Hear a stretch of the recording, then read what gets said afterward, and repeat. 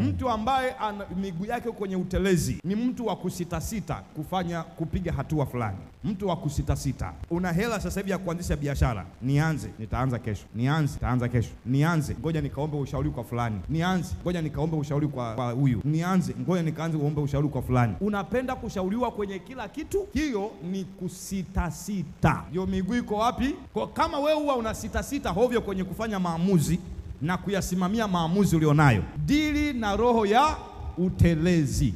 Mwanaume anakuambia I love you hapa, unaenda kuomba ushauri kwa mama mkwe. Nimekubali ama nimkatae? Kwa mama yake mzazi na kijana. Na unajiona wewe ni mfupi. Unajiona huna hela. Na unajua kabisa wewe ni mchafu. Mwanaume mama mkwe mwenyewe anapenda hela. Unafikia atakupa jibu gani?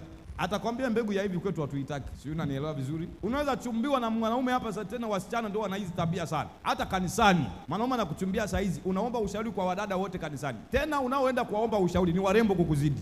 Kisha unauliza, hivi fulani kweli anaweza kuwa ananifaa? Ana tabia nzuri kweli? Kuna mtu unaenda kumwomba ushauri, kumbe huyo unayemwomba ushauri amekufa, ameoza kwa huyo jamaa.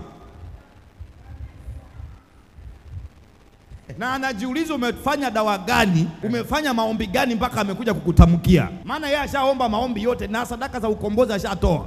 Ajikomboe jamaa muone. Kashakomboa uso, kashakomboa macho, kashakomboa kila kitu. Hajaonekana. Wewe unaenda kumuomba ushauri. Unafikiri nini? Hiyo ni ushauri, ni roho ya utelezi, usitasita kufanya maamuzi. Kabisa. Ujifanye hujanielewa. Kisha ukiachwa, yani hii kanisa minatoka. Kwa nini? Amenichukulia mwanaume wangu. Bule. Bwana asifiwe. Amen. Kuna mtu anaelewa ninachokiongea hapa?